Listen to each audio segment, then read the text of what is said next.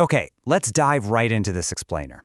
Today, we're peeling back the curtain on one of the most famous and honestly heavily debated figures of World War II, Field Marshal Erwin Rommel. We're going to look directly at the historical record to see exactly how his legacy, this whole legend of the Desert Fox, was meticulously manufactured. And the crazy part? It wasn't just built by his friends and the regime he served. Incredibly, it was built by his enemies. It's a really fascinating historical paradox, right? Why on earth did the very nations fighting Rommel actively help turn him into an almost mythical hero? Well, to figure that out, we have to look way past the sand dunes of North Africa. We need to look at the actual machinery of wartime propaganda, and later, the intense, high-stakes geopolitical pressures of the Cold War. Section 1. The Rommel Myth. The Legend of the Desert Fox. So, to really get to the bottom of the Desert Fox, we first have to deconstruct this overarching narrative. You know the one, it paints Rommel as this chivalrous, brilliant commander who somehow floated entirely above the dark realities of the Nazi regime. But here's what's truly wild. Both the Allies and the Axis actually benefited from elevating this one single general to superhuman status. For the Nazis, their propaganda machine desperately needed a relentless, invincible hero to project Aryan superiority, and honestly, to distract folks from other stalled fronts. But for the British press and military brass needed a way to explain away some pretty severe tactical setbacks in North Africa. Think about it. If Rommel was this once-in-a-generation tactical genius, then losing to him wasn't a failure of the British military, right? It was just the harsh reality of facing an absolute titan. But, that British respect wasn't always painted as noble chivalry. Early on, the British press actually leaned hard into his ruthless reputation to justify their losses. Back in 1941, newspapers were framing him as a brilliant but thuggish mastermind. They literally called him a gangster general who was trained in a harder school than Chicago. It's a great line. It built this image of a terrifying, almost rogue adversary that totally captivated the Allied public. Section 2. Creating the propaganda. Building the myth on both sides.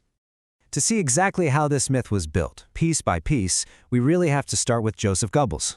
The Nazi elite intentionally, methodically crafted Rommel's public persona. Goebbels actually assigned a senior propaganda official named Alfred Ingemar Berendt directly to Rommel's staff. Berendt acted almost like a modern-day PR manager. He directed Rommel's photo shoots, he filed glowing radio dispatches, the whole 9 yards. By 1942, they were holding massive international press conferences starring Rommel. And the goal was specific: distract the German public from the stalling, brutal invasion of the Soviet Union. Rommel was basically the perfect shining object. And wow, did it work. It worked far better than Goebbels could have ever hoped. His own diary reveals that he was just absolutely thrilled by the attention Rommel was getting from the Western press. He realized that the Allies, through their own media obsession with the Desert Fox, were essentially doing half of the propaganda work for him. Talk about a win-win for Goebbels. This whole thing perfectly illustrates how the narrative shifted over time.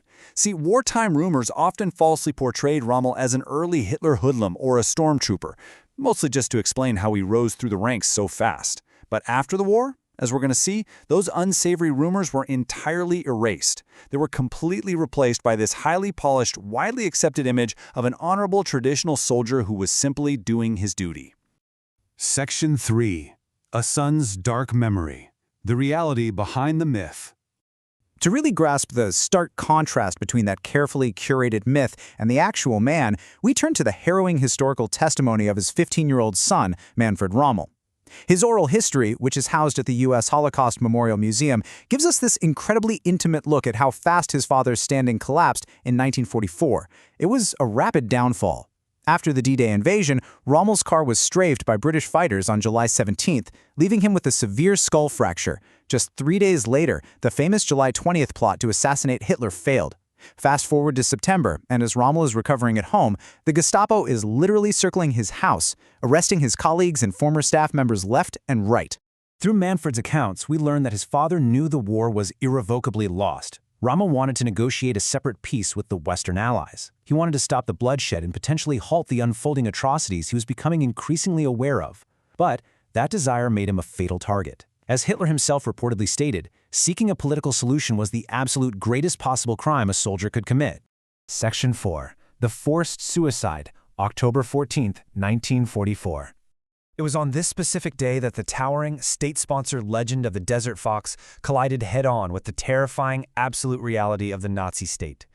Two generals arrived at the Rommel home. They presented him with a horrific ultimatum straight from Berlin: face a rigged trial at the People's Court, where his reputation would be destroyed and his family sent to a concentration camp, or take a cyanide capsule. If he chose the poison, his family's survival was guaranteed. As Rommel plainly told his son, "I will be dead in 20 minutes." And so, he chose the poison. What happened next was an absolute masterpiece of state deception. The German public was fed a complete and total lie.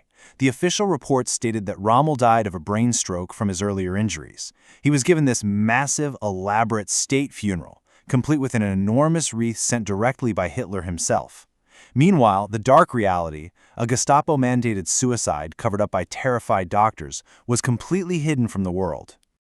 Rommel was just 52 years old when he stepped into that car with two generals, handed his house keys to his teenage son, and sacrificed his life. The man who had been the ultimate poster child for Nazi military might was quietly, ruthlessly eliminated by the very regime that built him up. Section 5. A General for NATO. The Cold War Pivot. But the story of the Rommel myth certainly doesn't end with his death, not even close. As World War II ended and the Cold War immediately emerged, the Western Allies suddenly found themselves facing a massive new threat, the Soviet Union. And to face that threat, they desperately needed the military expertise of Rommel's surviving inner circle. Take Hans Speidel, for example. He had been Rommel's chief of staff. Now, Speidel had actively refused Hitler's scorched earth orders to bomb Paris. He was a central figure in the July 20 plot to kill Hitler. And somehow, he actually survived Gestapo imprisonment. Those anti-Hitler credentials made him uniquely incredibly valuable to the Allies after the war. Because he had so actively defied Hitler, Speidel was deeply trusted by the West. And this trust, it allowed him to oversee the creation of the new West German military, the Bundeswehr. His post-war rise was just meteoric. By 1957, this former Wehrmacht general was shockingly appointed as the supreme commander of Allied ground forces for NATO. Think about that for a second. Section 6. Rehabilitating the Wehrmacht. The myth is reborn. Now, Speidel's rise wasn't just some personal success story. It was part of a much larger, highly calculated geopolitical strategy. To rearm West Germany against the Soviet threat, the Western Allies had to fundamentally rehabilitate the image of the German military in the eyes of the global public. They literally had to change the narrative. This required promoting what historians now call the clean Wehrmacht myth. Basically, this was the post-war narrative insisting that regular German soldiers and generals were just honorable men doing their duty, entirely separate from the ideological horrors and atrocities committed by the SS, and Erwin Rommel, the respected, martyred Desert Fox, was the absolute perfect figurehead for this new narrative. And make no mistake, this whole rebranding was no accident. Back in 1950, a group of former German generals actually drafted the Himmerod Memorandum. This document explicitly demanded that domestic and foreign public opinion be transformed to clear the Wehrmacht's name. They made it a strict prerequisite for West German rearmament. They needed a massive PR miracle, and honestly, the Allies were more than willing to help them perform it. To execute this massive PR pivot, a whole wave of media was unleashed. British Brigadier Desmond Young wrote a wildly successful, highly sympathetic biography in 1950 called Rommel, the Desert Fox. Just a year later, Hollywood adapted it into a blockbuster movie starring James Mason, portraying Rommel as this tragic, noble hero. Then, in 1953, British historian B.H. Littleheart edited the Rommel Papers, which further cemented Rommel's status as a pure genius of armored warfare. Together, they effectively stripped away Rommel's complex ties to the Nazi hierarchy and painted him as the ultimate idealized good German. Now, even at the time, not everyone bought into this. British politician Richard Crossman pointed out the dangerous mental gymnastics happening here. He warned that the Allies were willingly deceiving themselves for political convenience. They were creating this sanitized version of history where a general fighting a war of aggression for a totalitarian regime was somehow being championed as a defender of democratic ideals. It's quite the paradox, isn't it? Which brings us to a final thought to ponder as we wrap up this explainer. We always hear that phrase, right? History is written by the victors. But when you uncover how the Rommel myth was actually built, co-authored by both dictators and democracies, it reveals something much deeper about how history is practically used. It really makes you wonder, what other historical legends that we just accept as absolute fact today are really just convenient geopolitical constructs?